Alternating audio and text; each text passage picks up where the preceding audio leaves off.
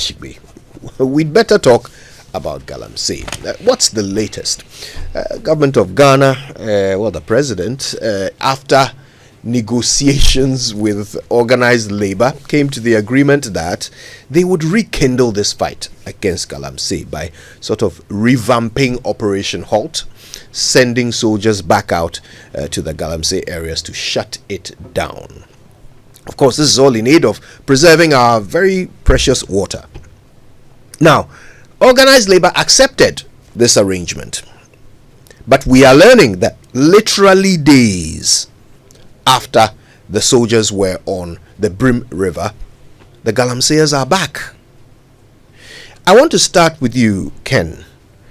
Having heard this news, how does this make you feel about the arrangement that the organized labor came to with government of Ghana? Well, Kojo, I'm not surprised. So you notice that the Ghana Coalition Against Galamsey, we issued a statement indicating the gaps that were in what our demands were, what organized labor's demands were, and what has actually been done.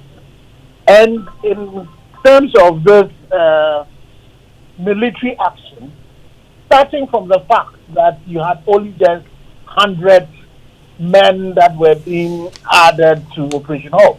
And bear in mind, that parliamentary candidate who was with the Western Regional Minister, and we're going to form a WhatsApp group to beat any military people who came to accost them, had mentioned to us that Operation Halt, all the operations had been stopped. So when government said it was an additional force, additional based on what?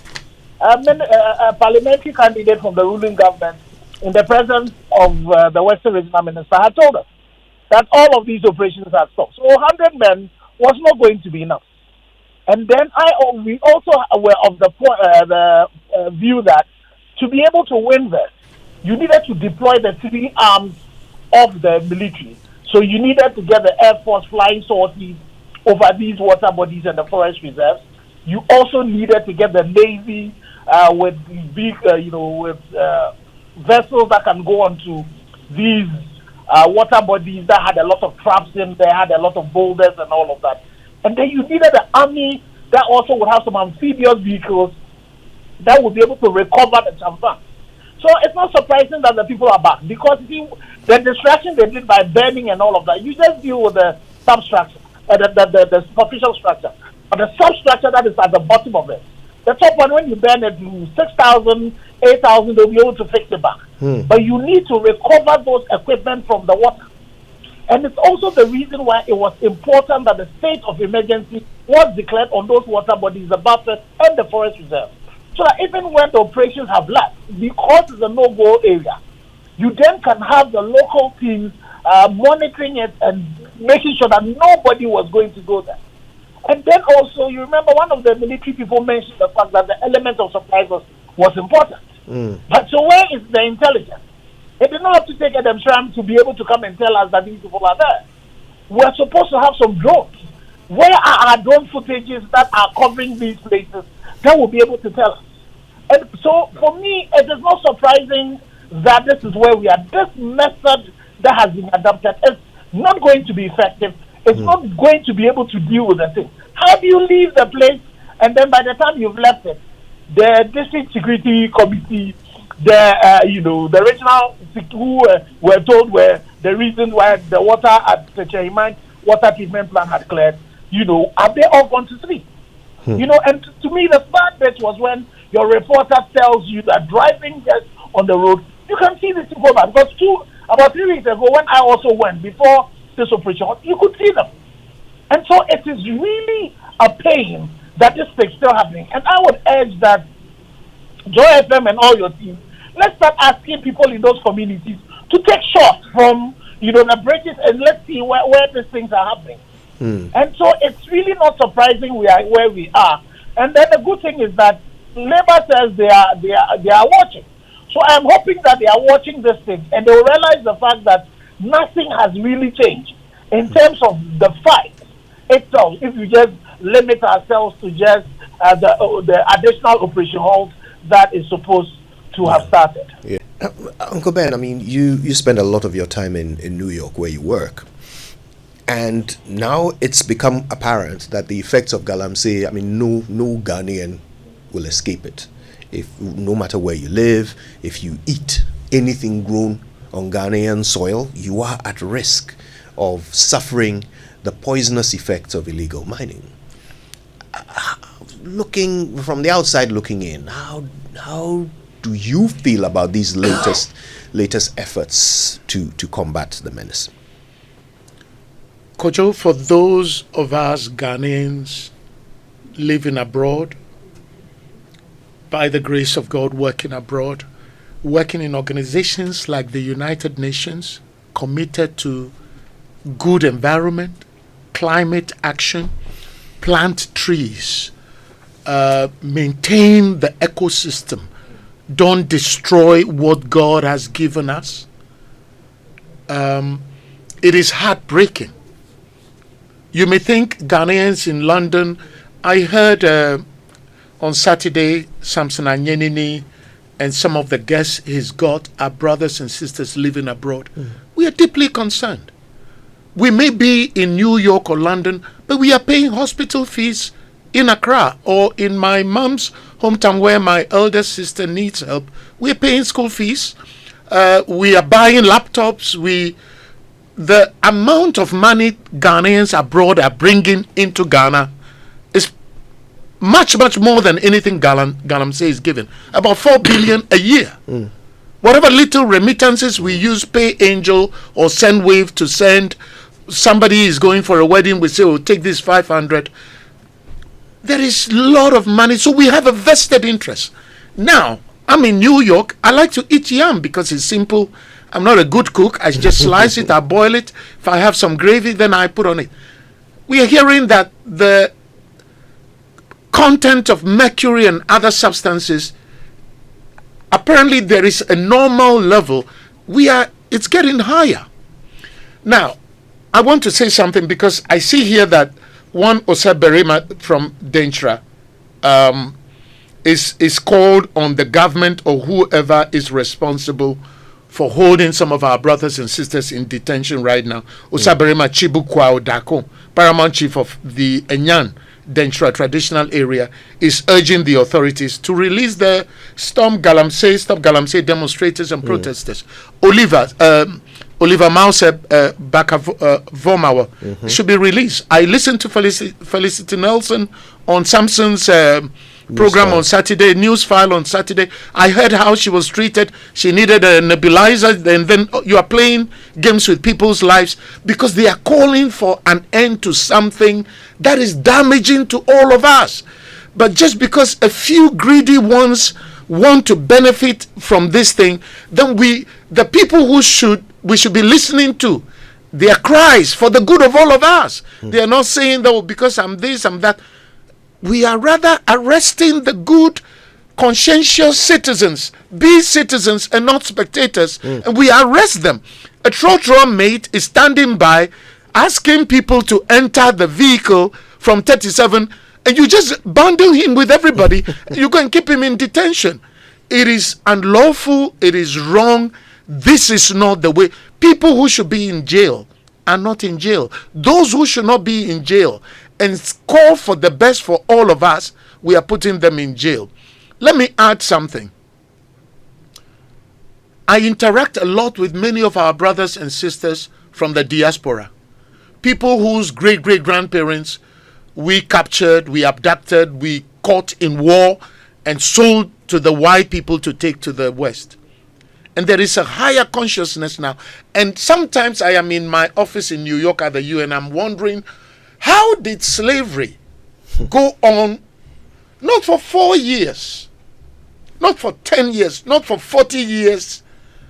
We are capturing people from the north, getting them to travel and come to Asin Manso and that river and wash, and then we sell them to Jamaica, we sell them to Trinidad and Tobago, Grenada, and then to the Americas. How did it go on? Not 4 years, not 10 years, not 14 years, not 40, 400 years. 400 years. And we didn't see what was happening. The same, excuse me to do this comparison, Galamsey is destroying us. I've seen a video in one of the towns, either in the central region, they've dug this big hole, and the money they've got from this is the foolishness. The money they've got from the gold, they built some brand new houses near this huge pit where any child will fall into that pit and die tomorrow. And the water that you'll be getting even from a borehole in that place, you can't use in this brand new. It's like a fool's gold. You get the gold, you're building this gleaming, nice place right next to the pit.